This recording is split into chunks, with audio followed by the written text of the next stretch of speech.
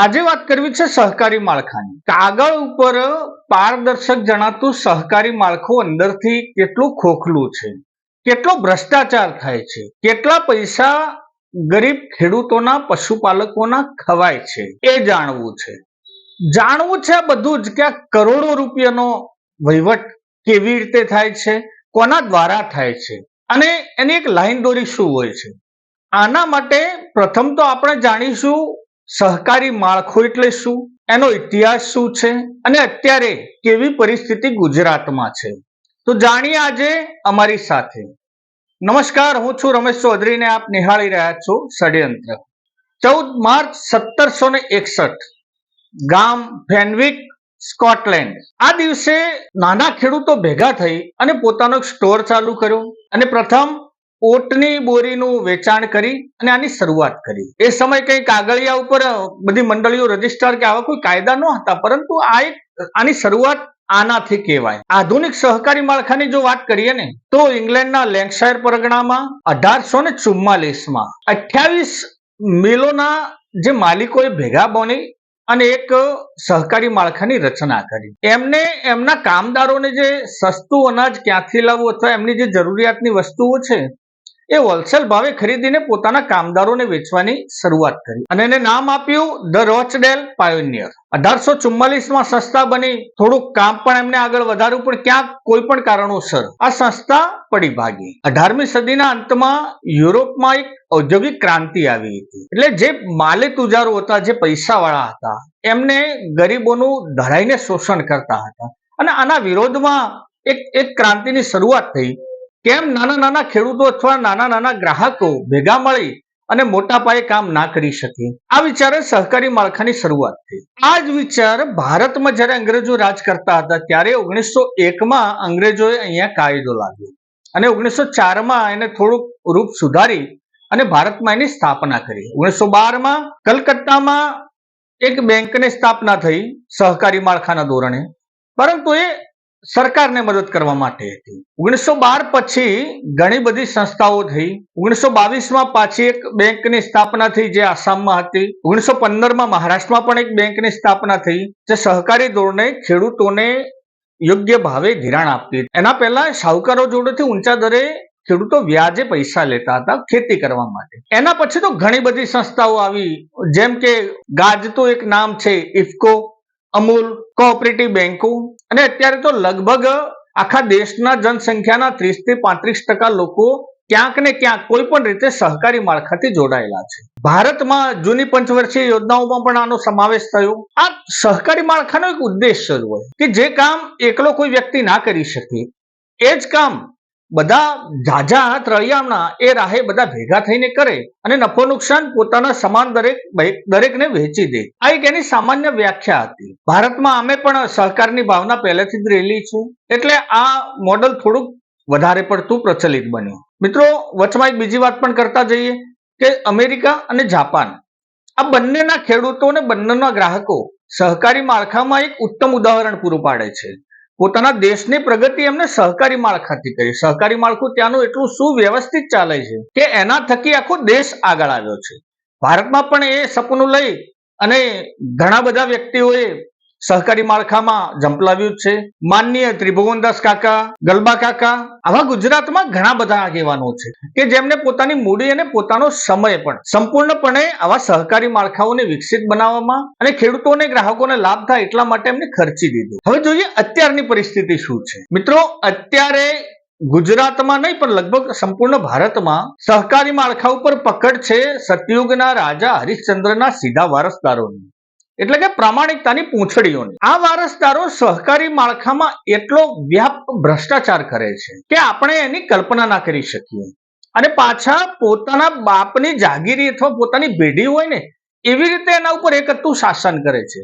કોઈ તો વળી 2-5 છોડો 20-20 વર્ષથી સહકારી માળખા ઉપર કબજો કરાવીને બેઠા હોય છે અને જાય પણ કેમ? કોઈ પણ સહકારી જે આગેવાન થાય એ 2 કામનો પાવર હોય. પહેલું કામ, સાચી માહિતી ગ્રાહકો કે પશુપાલકો સુધી પહોંચે જ નહીં. સાચી માહિતી એટલે માની લો કે સરકાર અત્યારે કરોડો રૂપિયાની સબસિડી ગ્રાહકોને ને ખેડૂતોને આવા સહકારી માળખા દ્વારા આપે છે. આપને પણ ખબર નહીં હોય આપના નામના કઈ કેટલાય રૂપિયા આવી નાની નાની મંડળીઓમાં આવતા હશે જે બારોબાર ઉપડીએ જતા હશે. અને મંડળીઓ પણ આ મિત્રો કેવી ચલાવે છે? ઘણા બધા વ્યક્તિઓની પોતાની 5-5 મંડળીઓ ચલાવે છે અને પોતાના લાખો રૂપિયા જે બીજાના નામે ધિરાણ કર્યું હોય એ માફ કરાયા છે. એટલે મૂળ એમને એકતું શાસન રાખવા માટે પહેલી તો સાચી માહિતી ગ્રાહકો અથવા ખેડૂતો જોડે આપે જ નહીં, શેર ના કરે. અને બીજી માહિતી આપના જ અંદર ભાગલા પડાવવાનું કામ સુવ્યવસ્થિત કરે છે. અને એ ભાગલામાં જોઈએ તો આપને પહેલા ધર્મના નામ પર વેચવામાં આવે.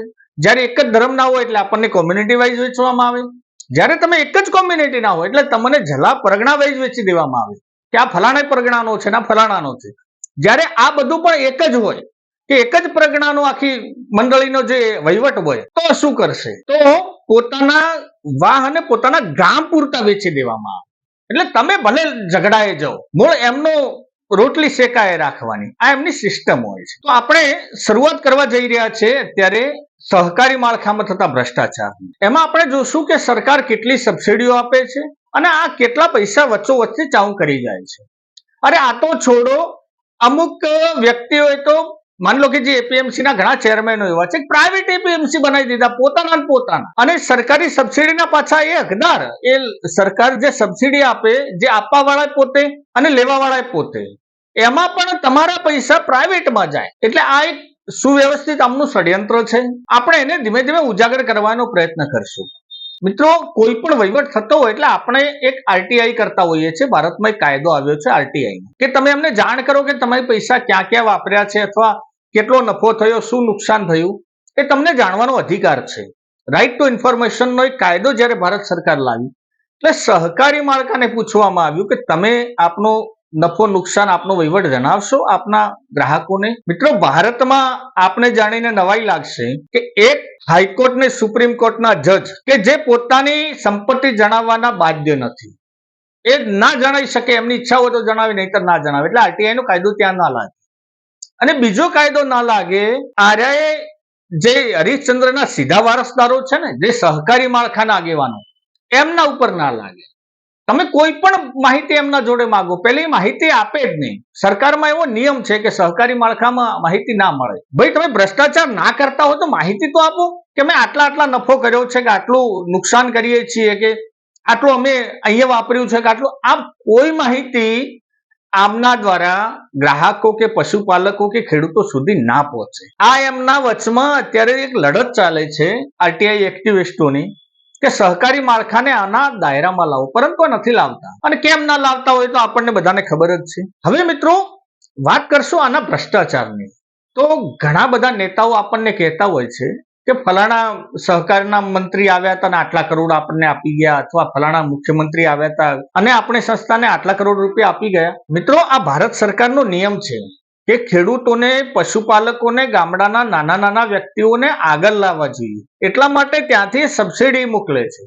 આ પૈસા તમારા છે, આ પૈસા નાના ખેડૂતોના છે, પરંતુ આ બધા જે એના ખેરખાઓ છે ને, એ પૈસા તો છોડો, પૈસાની ગંધ ના આવે.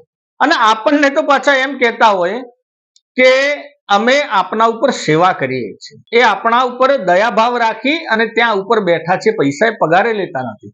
આવું એક આપણને દર્શાવવાનો પ્રયત્ન કરવામાં આવે છે. મિત્રો, વિડીયો સમયના અભાવે તો લાંબો થઈ જશે, એટલે આવનારા સમયથી, એટલે કે આવનારા વિડીયોથી આપણે દરેક બાબતો ટોપિક કવર કરશું. કે જેમ કે પહેલા જ એપીએમસી અને પ્રાઇવેટ એપીએમસી પણ કેમ બન્યા, કોને બનાયા, અને કોણ એના અંદર ઇન્વોલ્વ છે સબસિડી લેવા માટે, જે આપના નામનું છે. આ ખેડૂતોના પહેલા જ આપણે મુદ્દાઓ લાવશું આના અંદર. આના પછી બેંકો, સંઘો, ઘણા બધા સહકારી માળખું છે. જેમ સરકાર એક લાઈનમાં કામ કરે છે ને, એનું સ્વતંત્ર માળખું, એટલા ને એટલા પૈસા સહકારી માળખામાં પણ આવે છે, પરંતુ આપણા બધાનું એ બાજુ ધ્યાન જ નથી. આપણને તો એમ લાગે છે ચેરમેન છે યા એનો કોઈ મંત્રી છે, આપણને શું ફરક પડે છે આનાથી? સરકારના ખાય છે, સરકારના નહીં ભાઈ, તમારા નામના સરકારે મૂક્યા છે કે અહીંયા આ વ્યક્તિને આપજો, એ પણ પૈસા તમને નથી મળતા. તો નેક્સ્ટ વિડીયોમાં આના બધા જ આપણે રહસ્યો ઉજાગર કરવાનો પ્રયત્ન કરશું. તો મિત્રો, આ હતો વિડીયો સહકારી માળખાના તો ઇતિહાસનો. નેક્સ્ટ વિડીયોથી દરેક અલગ પ્રકારની, બહુ આપને પણ કદાચ ખબર ના હોય એવી માહિતી આપના જોડે લઈ અને અમે પ્રસ્તુત થશું. મિત્રો, આ વિડીયો જેટલો વધારે પબ્લિક જોડે ફેલાય ને એટલી પબ્લિકની જાગૃતિ વધશે. ખેડૂતોને, પશુપાલકોને તો ખાસ આ ચેનલ સબસ્ક્રાઇબ કરો અને વિડીયોને શેર કરો, કારણ કે સાચી માહિતી એ આપને સરકારી આરટીઆઈ એક્ટિવિસ્ટ દ્વારા નહીં મળે. એ માહિતી અમે આપને આપશું એમના ગુપ્ત ભંડારો ખોલીને. જય હિન્દ, જય ભારત.